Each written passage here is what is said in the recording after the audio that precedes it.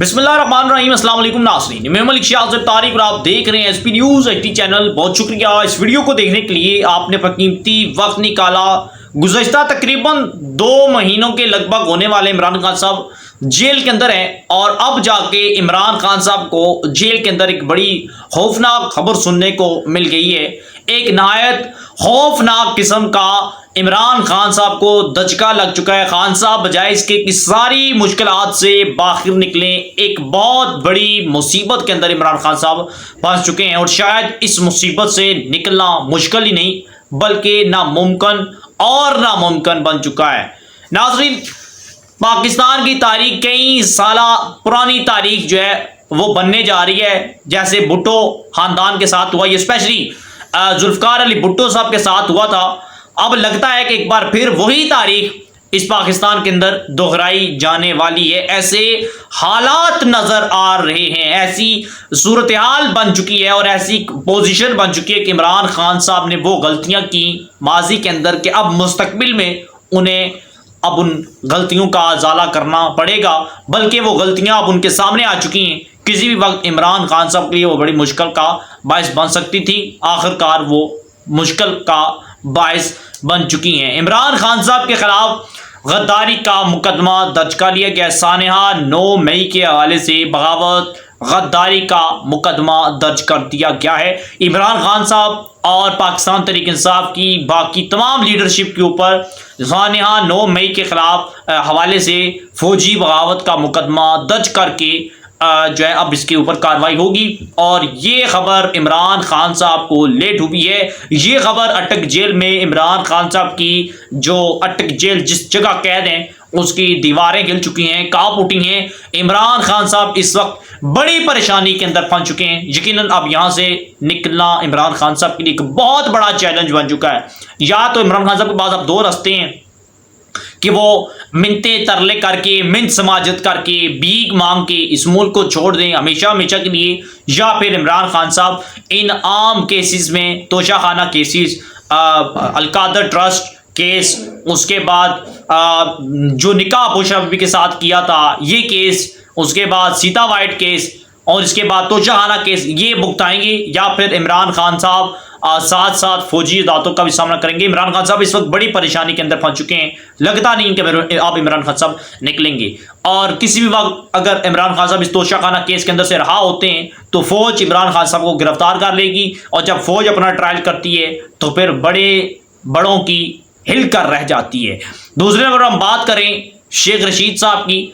शेख रशीद साहब कहाँ पर हैं? जमीन खा गई, आसमां निकल गया, हुआ क्या शेख साहब को? शेख साहब को किसी ने गिरफ्तार किया भी है कि नहीं, अफवाह है कि नहीं? शेख साहब को कौन सी पुलिस ने गिरफ्तार किया, किस अदारे ने गिरफ्तार किया?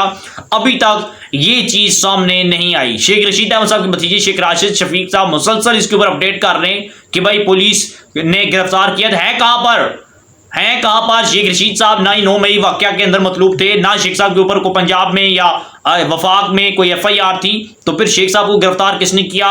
शेख साहब गिरफ्तार हैं कहां? किसने गिरफ्तार किया? किस स्टेशन के अंदर मौजूद हैं? किस फोर्स ने इमरान खान साहब को गिरफ्तार शेख रशीद अहमद साहब को गिरफ्तार किया? अभी तक कुछ पता नहीं। आज तक देखिएगा ये तमाम लोग या तो अंडरग्राउंड हो जाएंगे या फिर ये गिरफ्तार हो जाएंगे और जब ये सामने आएंगे तो ये कहेंगे कि भाई हमें हमारी गलतियां जो है उसका एहसास हो चुका है और अब हम तहरीक इंसाफ को छोड़ते हैं, हम अफवाज पाकिस्तान से मोहब्बत करते हैं। बस अब ये रूटीन शुरू होने वाली है। IG पंजाब इनाम गनी साहब ने आज कहा है कि इमरान रियाज साहब को अगले चंद दिनों का मजीद मोहलत मांग ली है। सहाफ़ी इमरान रियाज को हम बाजियाब करवाएंगे। अभी तक इनके हवाले से कोई एक मुस्बत खबर वो अभी तक नहीं मिली कि इमरान रियाज हैं कहाँ, इमरान रियाज के साथ हुआ क्या, वो बंदा इस वक्त मौजूद कहाँ पर है। कहा यह जाता है कि इमरान रियाज को किसी ने अगवा किया है, अगवा किसने किया अभी तक ये चीज़ सामने नहीं आई, लेकिन IG ने कहा है मुतमिन रहे अगले चंद दिनों तक मैं इमरान रियाज को बाजियाब करवा लूंगा।